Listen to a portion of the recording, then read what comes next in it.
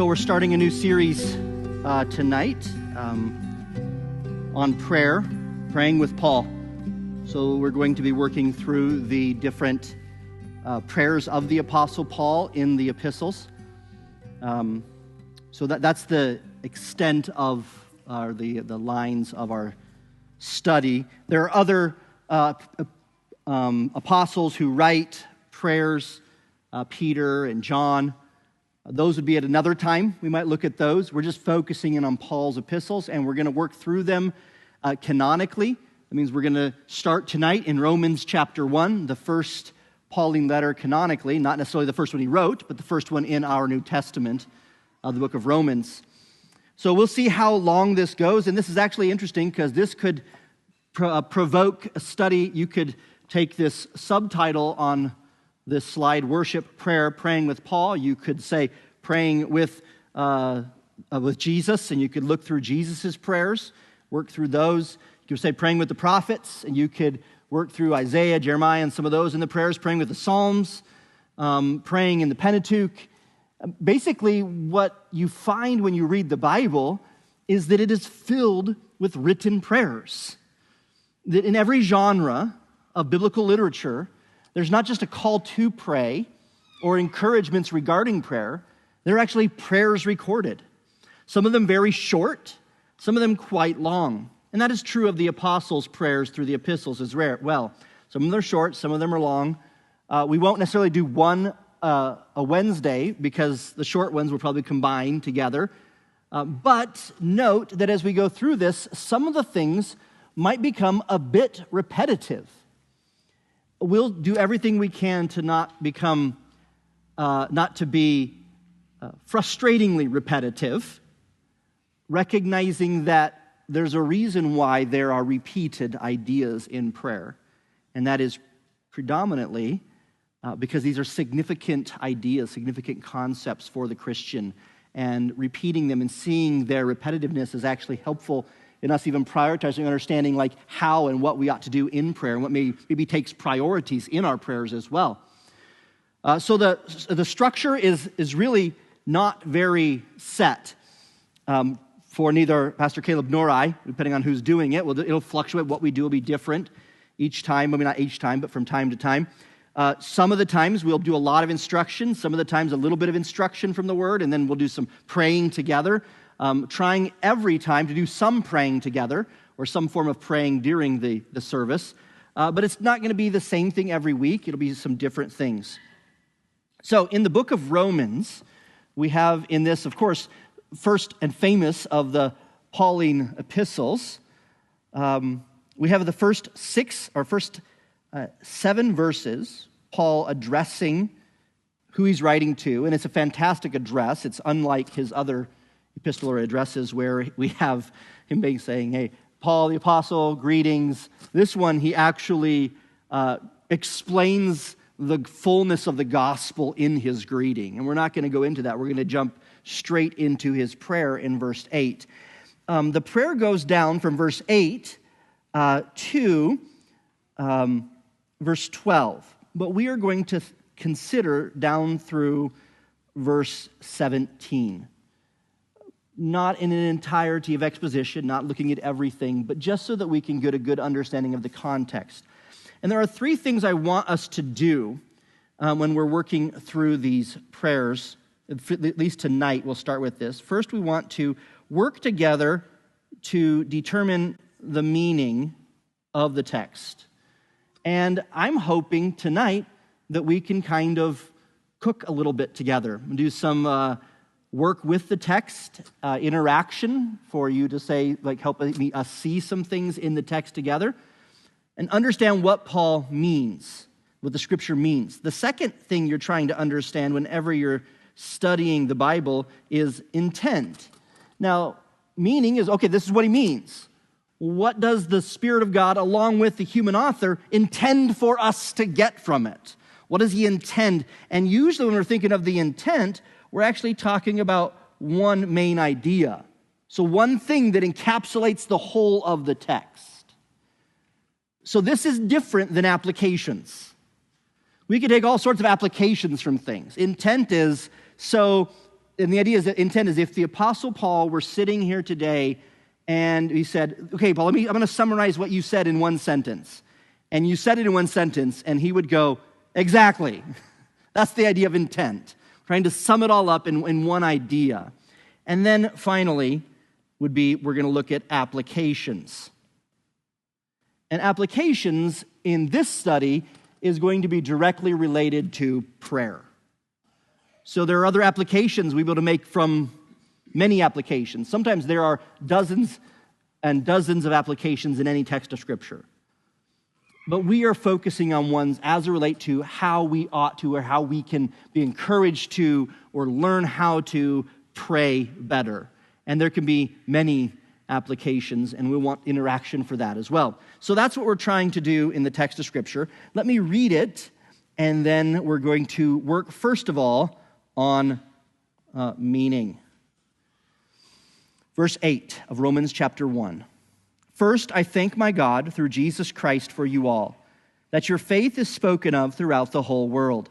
For God is my witness, whom I serve with my spirit in the gospel of his Son, that without ceasing I make mention of you always in my prayers, making request, if by some means now at last I may find a way in the will of God to come to you.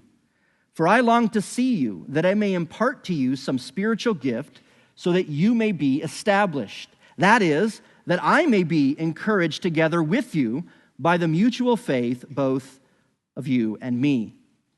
And that's the prayer that he's praying. Verse 13, now I do not want you to be unaware, brethren, that I often planned to come to you, but was hindered until now, that I might have some fruit among you also, just as among the other Gentiles.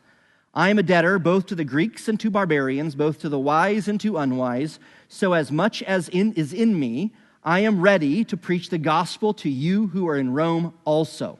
For I am not ashamed of the gospel of Christ, for it is the power of God to salvation for everyone who believes, for the Jew first, and also for the Greek. For in it, the gospel, the righteousness of God is revealed from faith to faith, as it is written, the just shall live by faith. If we think about trying to understand the meaning of a text, we have to understand the structure. We have to know what's the main idea, what is coming across, what is Paul doing here. So I have started the work, and we're going to work it together. If you take notes, it'd be a great option to jot some of these things down. And we're going to try to work through that. And one of the ways to understand the structure of any sort of discourse, anytime people are talking, you kind of want to know, who is talking and what they're saying or asking, right? What they're calling us to, what they're saying I've done or I've not done or you've done or you should do, right? The action ideas.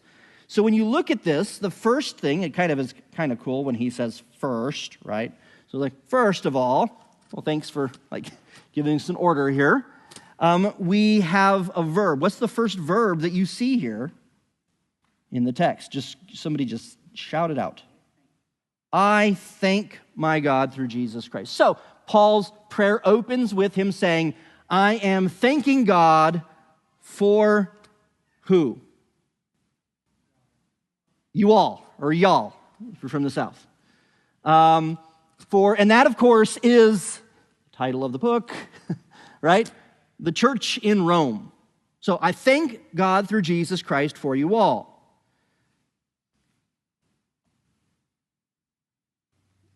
These are really important words because they tell us intent, right? That, or literally, because the ground, the reason why I'm thanking God for you is what?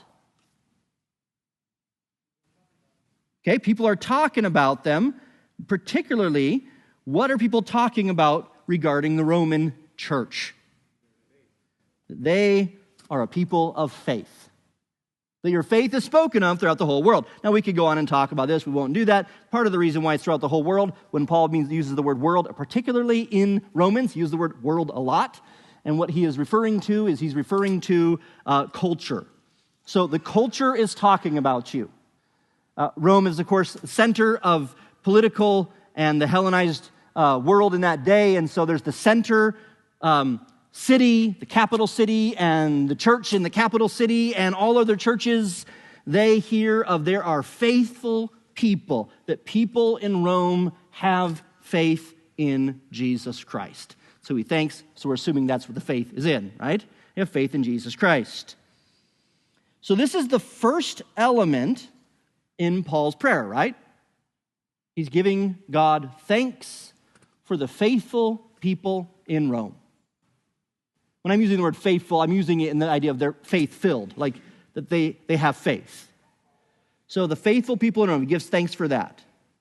Now this little phrase is a little bit unique. For God is my witness, whom I serve with my spirit in the gospel of his Son. So it's just sort of like Paul saying, right, like, I swear, like is this true? You know, and one of the reasons why he does that here is that Paul has not actually been to Rome. And though he knows a lot of people in the church, see that in the last chapter of Romans, he's not been there officially in an apostolic capacity. He's not started the church. He has no really part in that. And there is a possibility that they could be saying like, well, who does Paul think he is? And he's saying, I'm not lying. I serve God with the gospel, and I promise you what? What is the next verbal idea here? That I make mention of you in my prayers. And this is why we identify this as a prayer of Paul. Because he says that I pray for you. So if you were to just sum up, we're getting to intent here, but if you were to sum up all of it before we even got through it, if there were two things that Paul is talking about in his prayer, the first one is a prayer of what? Thanksgiving. And the second one is a prayer of supplication or requests, right? So I thank God for you and I have requests for you. I pray for you. So what is he praying for? This is kind of unique. What is he praying for them? Okay, I'm praying for you that I will get to come see you in person. Okay? Paul, that seems might be a little self-serving. You know, I'm praying for you so I can come see you. Now, if you were to read the whole of the book of Romans, you'd find out one of the primary purposes of this is found in the end of Romans, where he's like, because I'm looking for some missionary support. I'm wanting to go to Spain and take the gospel to Spain, and I want you to help me financially and with people. And to, send me on my way, is what he said, to send me away to Spain. And he's asking for money and support, and he's asking for both financial support and co-worker support, people to go with him. He wants to come see them to partner with them in the gospel. So a lot of people don't realize that Romans is actually a missionary letter. It's a letter written from a missionary trying to get support for mission endeavors. And so what does Paul think is important to do when he's writing a missionary letter trying to get support? One, we need to probably make sure that we understand the gospel the same way. So he spends most of the book of Romans talking about what the gospel is, starting at the very beginning of we're all sinners, working his way to the sovereignty of God in the gospel. And he's wanting to have a partnership, but key to Paul's missionary endeavors is that we truly are in fellowship in the mission. That you know my doctrine and I know your doctrine. And that you would heartily get behind me to send me to Spain because you're saying, right on, Paul, we agree with you. We're on the same page. And he sends this lady named Phoebe with the letter to deliver it and says, I commend her to you. She's a faithful servant of the Lord, just things like this. So it's a very personal letter to a people or a church he's not really ever been to before. So this is what's behind this very beginning, where they're like this extensive, God is my witness. So I'm sorry, he's like, you don't know me, but soon you're going to know me. You're going to know everything about me because I'm going to give you all of my doctrine in probably what we have in the New Testament, the most extensive explanation of the gospel of any other book. So leaving no stone unturned, as it were. So he wants to come to them, right? Now we have this little explanation. And this gets to the heart of his prayer, because it's what he's praying to be able to do when he comes to them. It's what he's praying for in his coming. If God, I'm praying that I can come see you so that these things could happen. And you kind of get a little clue there, right? When we say, so that, because we see, once again, have these like little verbal ideas. I may impart, I may be encouraged. And that's our purpose statements. So that, with this purpose, with this intent in mind. So what are the two things that Paul is hoping, praying, wishing, desiring would be the fruit of his God answering his prayer to come see them personally? What's the first one? Impart a spiritual gift. Well, whatever that is, he wants to impart it, right? And what's the second thing? Be encouraged together with them. Okay, so one of them is something that he's praying that he would be able to give something, right? And the other one, he's praying that he'd be able to get something. Are you with me? Impart, and I may be encouraged. A two-way street, as it were. I want to give you something, and I want to receive something. Now, this is just a very, really genius way of talking this way. It sounds very selfish when I want to give you something, and I want to get something from you. But then when you read it with the whole context here, is it selfish? Because what does he want to give to them? I want to give you something spiritual. When Paul says this, what he most likely means by that is, I want to give you spiritual instruction. I want to preach. I want to teach you truth. The reason why that's the case is he's hoping that the purpose of giving them something is actually so that they would be established, so that their faith that all the world's heard about would take one step more, right? They'd grow a little bit more in their faith. There would be an establishment, a growing down deeper. And he believes that as an apostle, he can help them grow deeper in their spiritual walk. I want to help you. So this may sound, I want to give you something. It could sound, I guess, selfish, but he's really saying is, I want to serve you. I want to serve you with the gospel. And then that then gives the flip side. I want to be encouraged by you. And I want you to serve me. How would they serve him? What service, particularly, is he hoping to receive from the Roman church? Mutual faith, right? Mutual faith. Mutual means your faith and my faith. Both of you and me. So he's saying, your faith has been heard of. I want to help you grow in that faith. And he's actually saying, and I want you to help me grow in my faith. So the apostle is not standing here writing this from the perspective of an ivory tower where he's like, you poor Romans, you need me in some way. He's actually writing this perspective of that I can come to you and I can help you in your walk. And when I come to you, you will help me in my walk. So really what he's praying for is for the church and for himself is spiritual maturity. He's praying that both of them would be able to grow from and in and through the gospel. That's what he wants. Encouragement and establishment. Those two words ought to stand out to us. Encouragement and establishment in the faith.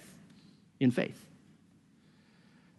That's the end of his prayer, but we'll go briefly through this because he kind of has a few comments about the coming to them bit in his prayer.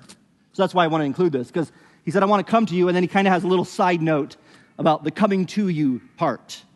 And he's repeating himself, and it helps us solidify what we just saw as the meaning. He says, now I do not want, a different color there. I do not want you to be unaware. There's something I don't want. I don't want you to be mistaken. And it's just a very simple thing. He's like, I want you to know that the reason I haven't come to you, that there's nothing personal. I just haven't been able to. I haven't been able to. But I still, and so this still kind of fits under that same prayer, right? Still fits into that same thing because he wants the same thing he's described already to them, that I might have some fruit among you also. The fruit.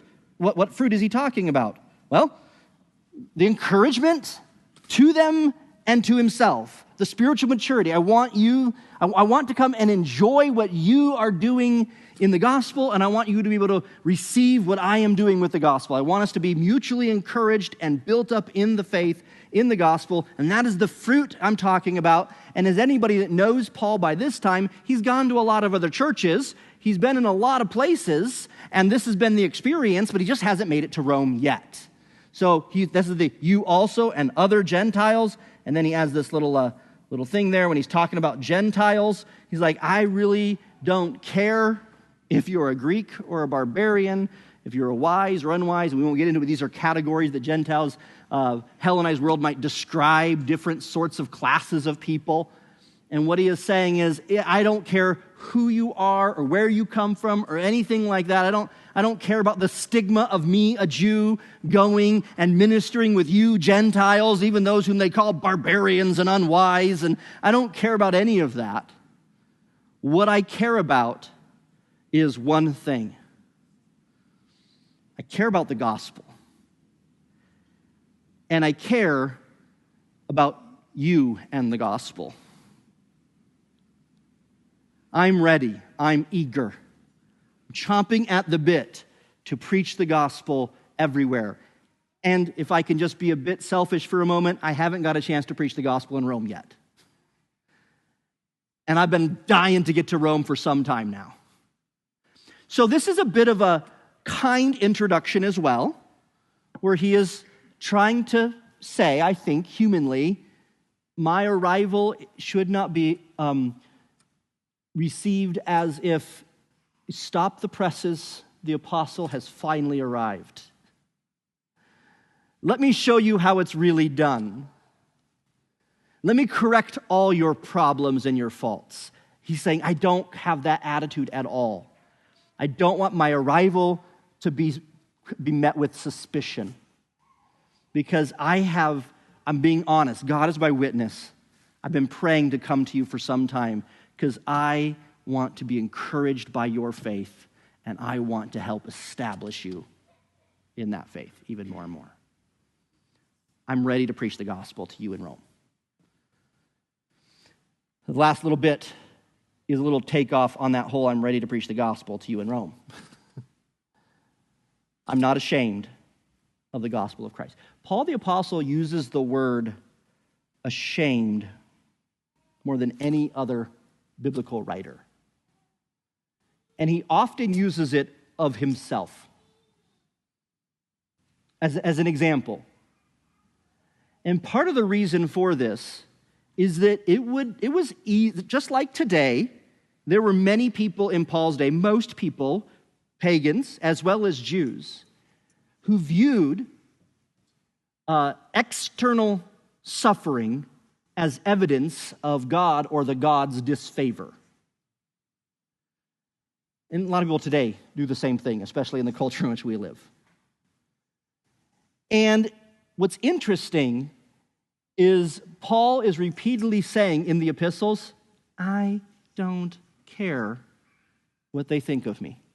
I don't care.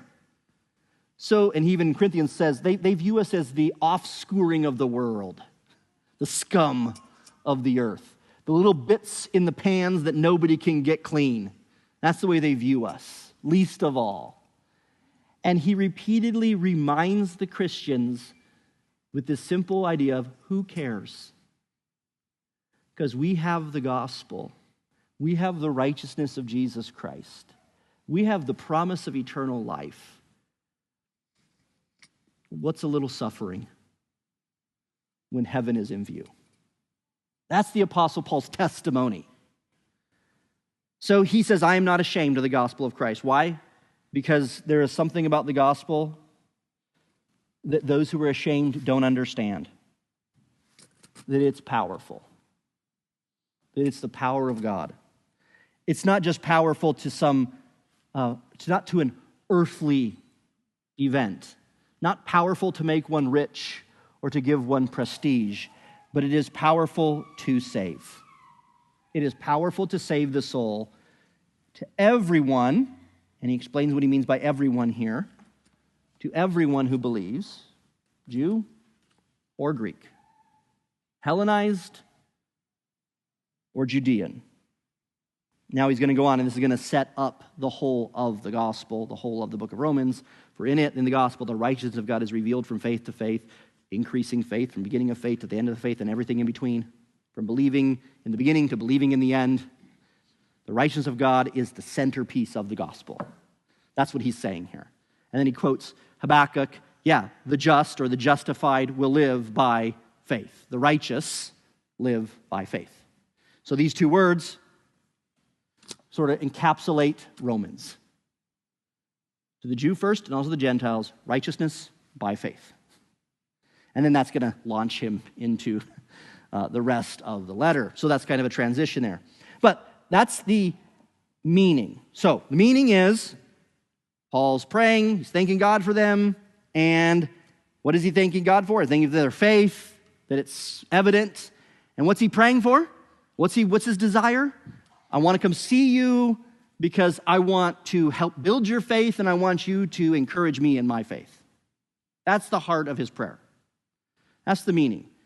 So, if you were to try to sum that up in a couple of words, because that was a lot of words, what would you say? I'll give you a start. Paul is praying, okay? What would we say?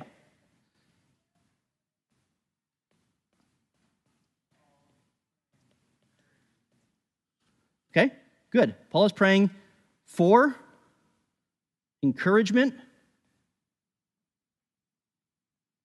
and to be an encouragement. That's somewhat legible.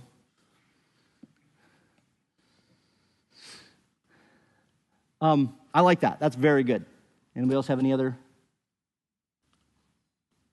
Particularly in the prayer part, not like the gospel is the power of God to salvation, the rest of the book of Romans, but in this opening.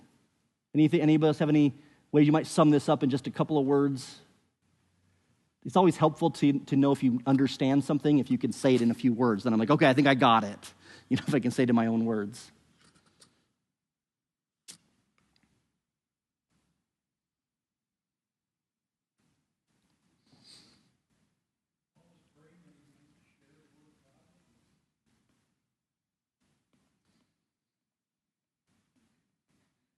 To share the word. That you might be able to share the word. Good.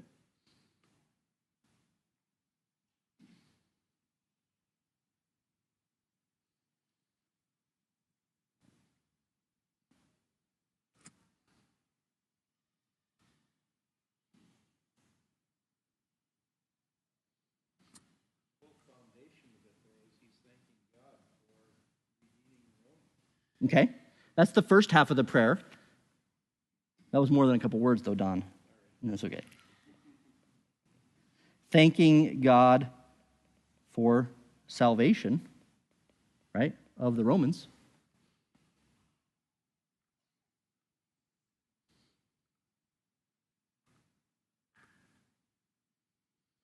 The reason I'm asking us to work and interact through this is I want us to think, because this is going to help inform our prayers.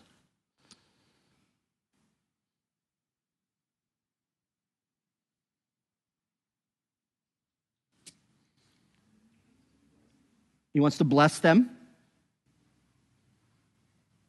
He's praying that he would be a blessing and being blessed, right?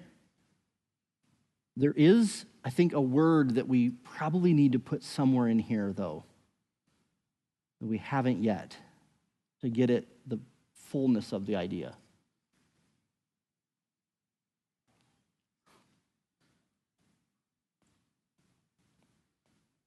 With the gospel,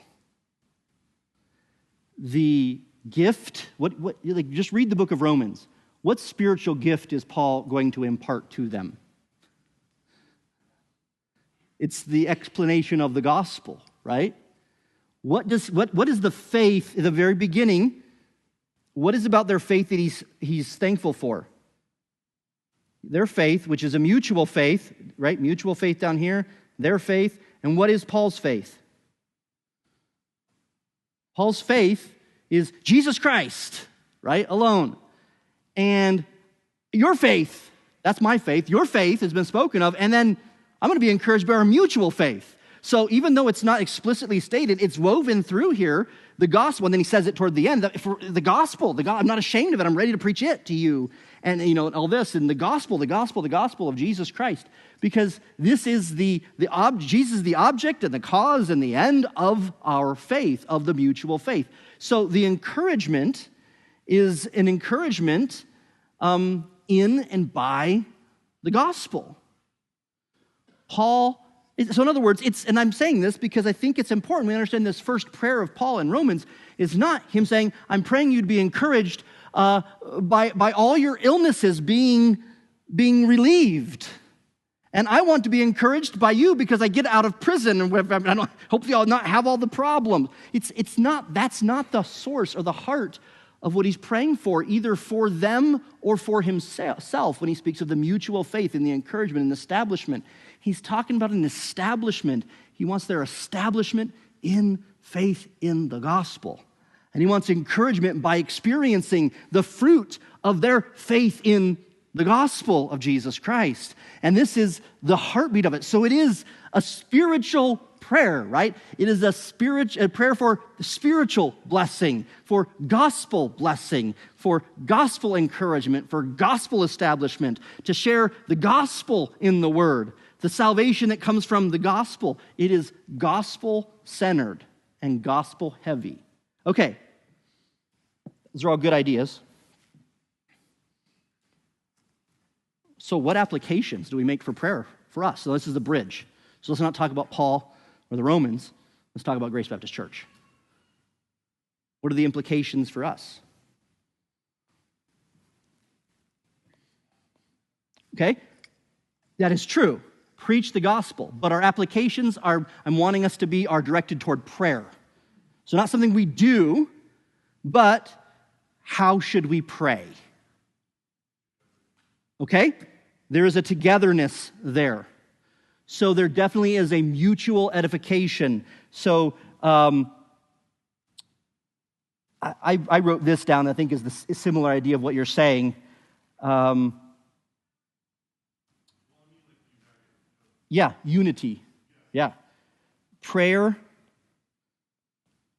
for gospel unity in the church. Is that a legitimate application from the intent and argument of this text? Absolutely. The mutual faith. I want to see you face to face. Like, this is very much a mutual edification. Okay. Yeah, sharing in there, right? Good. How else can we pray? Okay. We need to pray the same thing Paul prayed. I'm going to use the same word he used here. Gospel establishment, right? Gospel establishment in the church, that you be established. That's what he prays for. Okay, yeah, the unity in that. Yes.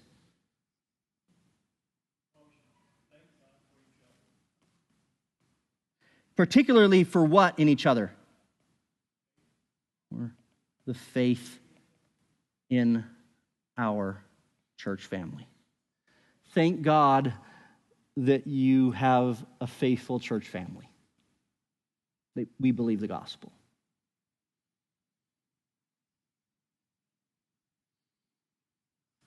We're not going to get through them. I have 18 applications here that I wrote down.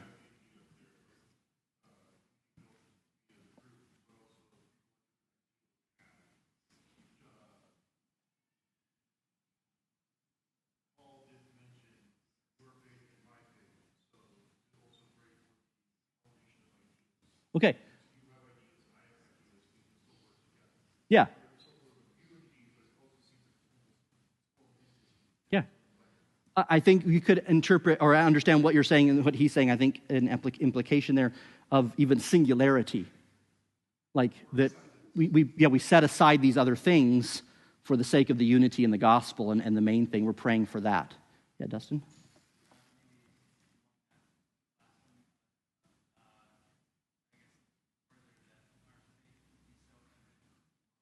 Okay. We could pray. It's a part of the thankfulness, but it definitely is an implication. Pray for evident faith in the gospel. And we could even then take that in a prayer. Pray for evident faith in the gospel in all when everybody goes to work tomorrow, that in their workplaces, that their faith would be evident, that the faith of Grace Baptist should be evident in families, and that you could even go further in your implications in your personal prayers for all of that, right? Good. Okay. I'm going to put that in the positive, but this idea, pray for courage relating to the gospel, that we would not be ashamed of the gospel.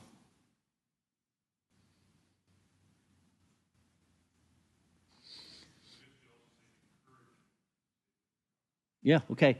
Encouragement to stay with the gospel. Good.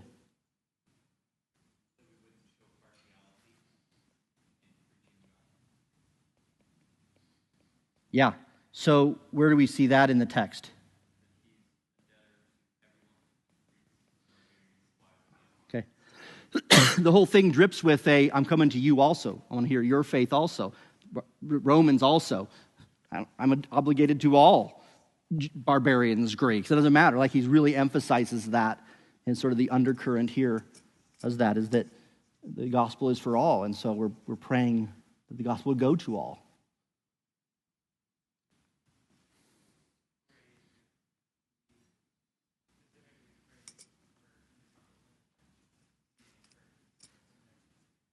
Okay.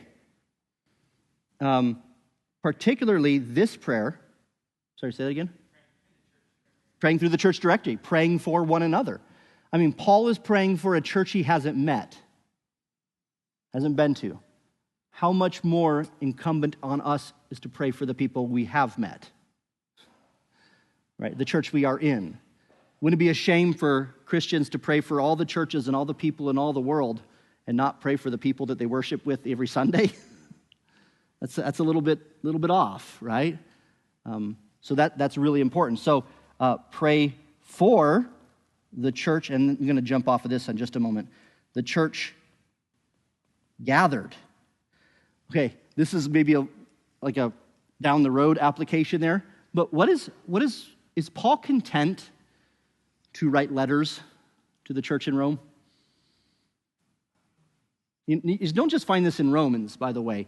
Almost all of his letters that he writes, when they're personal letters, he somehow has in there, I'm thinking of Philippians, Timothy, Titus, that I may come and see you. Paul was devoted to what some might call incarnational relationships. What does incarnation mean? In the flesh. And so one of the things I wrote down as a prayer that I'm going to pray based on this is pray for the church gathered and that the church would gather. Throughout his whole prayer here, or talking about prayer for them, he's talking about, I really wanted to come see you in person, but I couldn't help it, and all that sort of stuff. And I think we could pray for one another in this. Pray for the sick, pray for the weak, pray for the depressed, pray for that they would be able to gather in partnership in the gospel and be strengthened and encouraged through this in-flesh gathering. Now, this is a great example of, I think, a legitimate application, but not at all Paul's meaning, right? But that's kind of the difference between text's meaning and our application for it. It has a meaning, but we can take and apply that in many ways. Okay, these are all really good. Last one I'm just going to throw up here specifically. Pray for GBC, and kind of some of these have already been mentioned. Pray for GBC to be a gospel church. Pray that we be a gospel church, a gospel-centered church, gospel-heavy, gospel-saturated. That the righteousness of God by faith would be in our hearts and minds and our lips, that things like Romans, that we would know like the book of Romans backwards and forwards, and we would love it, and the doctrines of the gospel would be that which just, inflames us and encourages us so that we could be actually edifying in a gospel way to others.